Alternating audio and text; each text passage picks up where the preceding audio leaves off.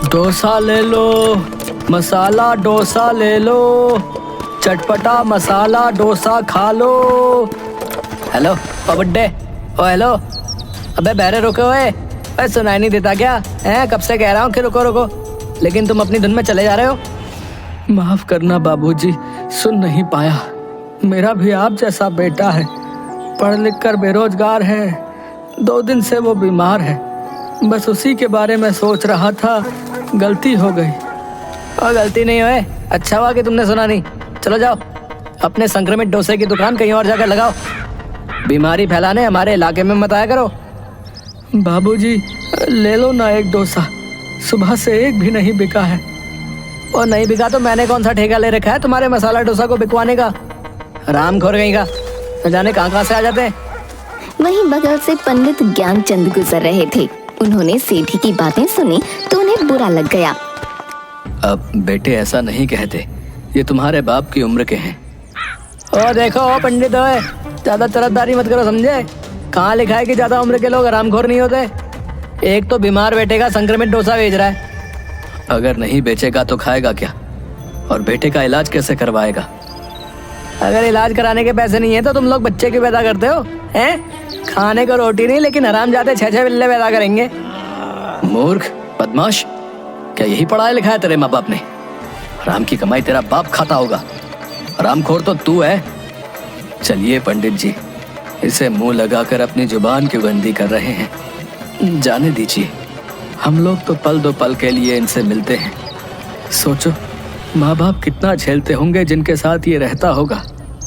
ज्ञानचंद और बाबूलाल वहाँ से चले जाते हैं। इधर सेठी उन लोगों की बात को अपनी प्रतिष्ठा से ले लेता है और बाबूलाल को मजा चखाने के लिए बिलुआ से जाकर मिलता है।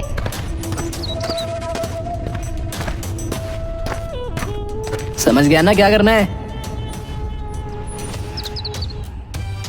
अरे सेठ समझ गया, मैं बाबूलाल का वो हाल करूंगा कि जब भी वो तुम्हें देखेगा ना, उसकी नजर जमीन पे ही होगी।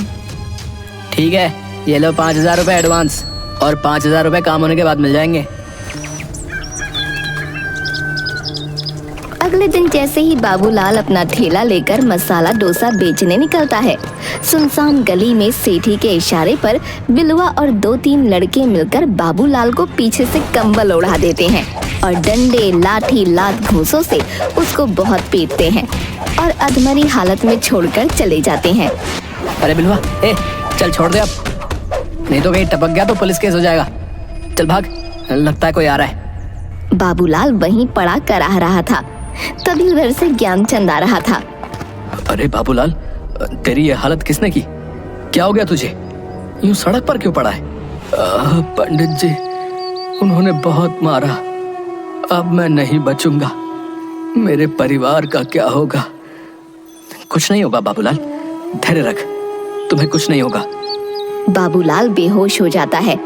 ज्ञानचंद किसी तरह बाबूलाल को अस्पताल ले जाता है। अस्पताल में बाबूलाल का परिवार पहुंचा होता है। देखिए, इनके माथे पर बहुत चोट आई है, जिससे इनकी याददाश्त भी जा सकती है। जल्द से जल्द हमें ऑपरेशन करना होगा। इसके लिए जरूरी पैसे जितना जल्दी हो सके आप काउंटर पर जमा करवा दें। वैसे तो मुझे पता है कि एक गरीब आदमी के घर दाल रोटी भी पूरी नहीं रहती, पैसे तो दूर की बात है। सही कहा पंडित जी आपने, हमारे घर में फूटी कौड़ी भी नहीं है। करीब 1 सप्ताह से बेटा युगवीर बीमार है। हाँ पंडित चाचा, भैया तो कमजोरी के कारण आज भी घर में गिर पड़ा था।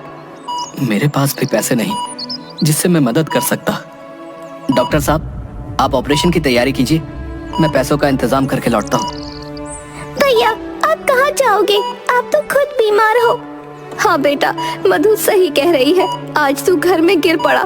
तू रुक, मैं कहीं न कहीं से पैसों का इंतजाम करती हूँ। निर्मला के निकलने के कुछ देर बाद युगवीर भी वहाँ से निकलकर पैसों का इंतजाम करने चल देता है।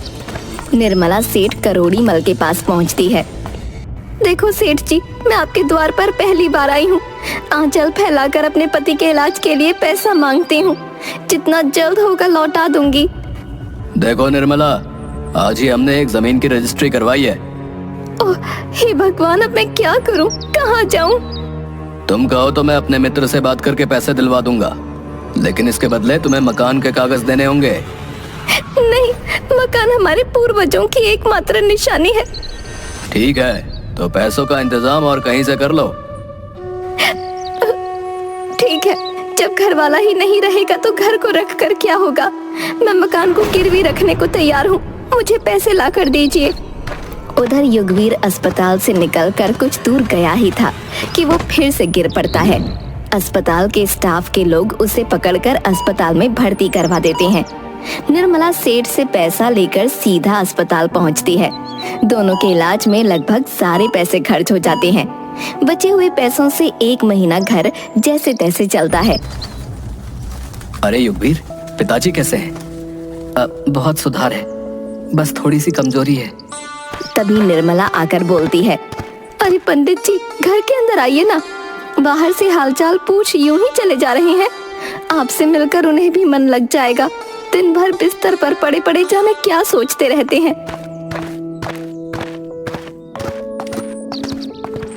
मधु, पंडित जी के लिए जरा चाय तो बना कर लाना। कैसे हो बाबूलाल? अब तबीयत कैसी है तुम्हारी? ठीक है पंडित जी, सब आपकी कृपा है। बस तुम चिंता क्यों करते रहते हो? भगवान सब ठीक कर देंगे। चिंता कैसे न करूं पंडित जी, विवाह योग्य जवान बेटी घर में बैठी है। युगवीर पढ़ लिख कर भी बेरोजगार घर में पड़ा है। मेरी हालत तो बिलवा और सेठी ने मिलकर ऐसी कर दी है कि किसी काम का ना रहा। क्या कहा? सेठी और बिलवा ने मिलकर आप पर हमला किया?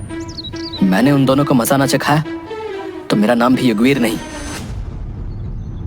बेटा, जाने दे, हम लोग गरीब हैं, घर में रोटी कैसे बनेगी, इसके अलावा कुछ नहीं सोचते। हाँ बेटा, अब घर की सारी जिम्मेदारी तुम ही पर है। घर भी गिरवी से छुड़ाना है। अब ठीक है बेटा, अब मैं चलता हूँ, मुझे एक पूजा करवानी है। पंडित जी के जाने के बाद, क्यों नहीं मधु, तुमने पंडित जी को चाय क्यों नहीं दी? माँ, एक भी चम्मच चीनी नहीं है घर में। ओह हे भगवान, इतनी दरिद्रता किसी को ना दिखाना कि घर में पंडित जी को एक कप चाय तक देना नसीब ना हो। तभी सेठ करोड़ीमल अपने लठैतों के साथ वहाँ आता है। चलो निर्मला, 1 महीने से ज्यादा हो गया, अब मैं बर्दाश्त नहीं कर सकता। निकलो घर से और चाबी लाओ घर की। घर की चाबी? और तुम्हें क्यों दूं? क्योंकि अब यह घर मेरा है। तुमने जो बाबूलाल के इलाज के लिए घर भेज दिया था, वो याद नहीं क्या है? ये देखो उसके कागज। अरे चलो भाइयों, अपने अपने काम पर लग जाओ। सारा सामान बाहर निकाल कर ताला लगाओ जल्दी। कमीने, तुझे कीड़े पड़ेंगे। गिरवी के नाम पर पूरा मकान लिखवा लिया। याद रख करोड़ीमल, ऊपर वाला सब देख रहा है।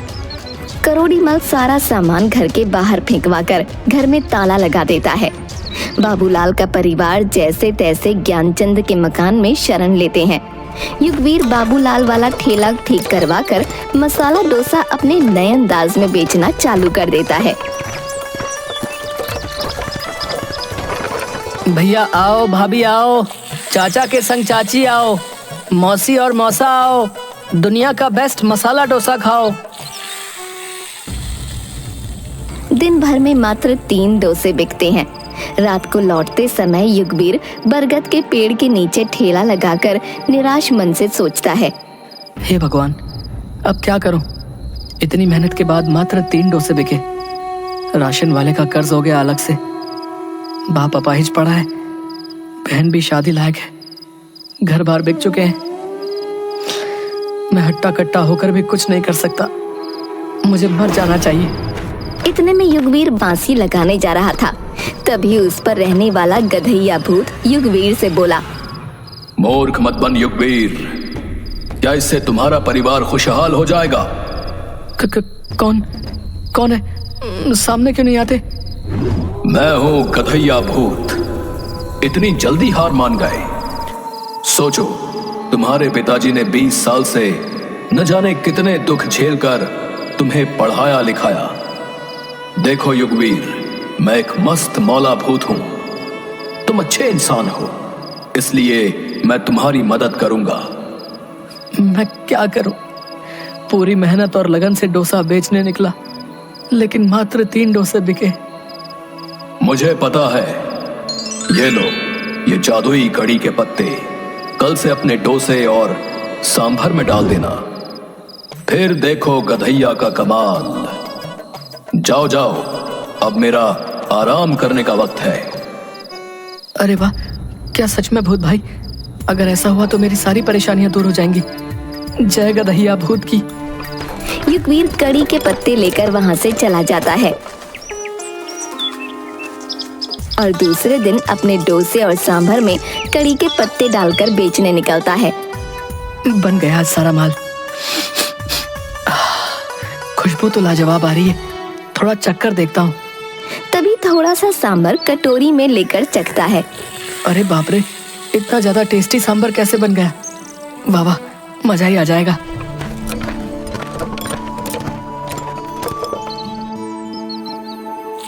डोसा खा लो डोसा, कम पैसों में थोड़ा नहीं, बाजार में इसका जोड़ा नहीं। भाई बहुत भूख लगी है, एक डोसा तो देना। ये लो सेठ जी। तुम्हारा मसाला डोसा तो सचमुच बहुत अच्छा है। ऐसा करो 2 डोसे और पैक कर दो भाई। तभी वहाँ सेठ धनीराम और व्यापारी मंगत लाल पहुँचते हैं। क्या करोड़ी, अकेले अकेले खाकर चुपचाप भाभी के लिए पैक करवा कर चल दिए? करोड़ी का दिल कितना बड़ा है, तुमसे थोड़े ही ना छुपा है धनीराम। वैसी बात नहीं है मंगतलाल, मैंने आज तक इतना टेस्टी मसाला डोसा नहीं खाया। डोसा वाले भाई, हम दोनों को भी मसाला डोसा खिलाओ। आज पहली बार है जब करोड़ी किसी की बड़ाई कर रहा है। जी सेठ जी, अभी बना देता हूँ। भाई सचमुच बहुत ही लजीज मसाला डोसा है, मेरे लिए 6 मसाला डोसा पैक कर दो। भैया मतलब क्या कहूँ, हाँ हाँ हाँ, शब्द नहीं मिल रहे। पहले तो तू 2 और डोसे मेरी ओर से सभी को खिला, और फिर उसके बाद 10 डोसे पैक कर दे। युगवीर का तुकबंदी में डोसा बेचने का अंदाज और डोसे का स्वाद जल्द ही पूरे गांव में फेमस हो जाता है। दूर दूर से लोग उसका मसाला डोसा खाने के लिए आने लगते हैं। कुछ ही दिनों में युगवीर शहर में जाकर एक मसाला डोसे की दुकान खोल लेता है। उधर डाकू चंपत सिंह के अड्डे पर जगीरा, हमारे सारे हथियार पुराने हो चुके हैं, घोड़े भी बूढ़े हो चुके हैं। इन सभी को बदलने के लिए बहुत धन की जरूरत है। गांव के सभी धनी व्यक्तियों की लिस्ट बनाओ, हम आज रात टाका डालेंगे। जी सरदार, सेठों की लिस्ट में सबसे ऊपर करोड़ी मल का नाम है। सुना है अभी उसके पास बहुत पैसे हैं। कोई बहुत बड़ा कारखाना शुरू करने के लिए कई बैंक और पूंजीपतियों से कर्ज ले रखा है। तब तो ठीक है, हमारी सारी जरूरत के पैसे एक ही जगह मिल जाएंगे। आज रात उसके घर पर हमला करके सारी संपत्ति लूट लेनी है।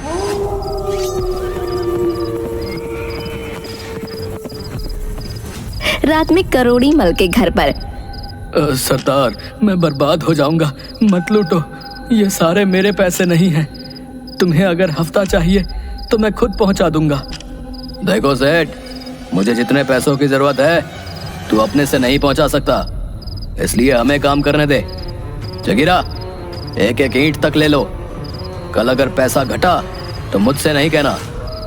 उस्ताद, आप चिंता मत करो, एक चम्मच तक नहीं छूटेगी।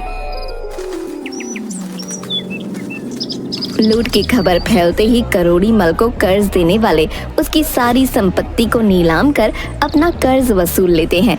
युगवीर अपना घर भी उस नीलामी में 2 गुने दाम पर खरीद लेता है। करोड़ी मल का पूरा परिवार पाई पाई को मोहताज हो जाता है। उधर शहर में एक दिन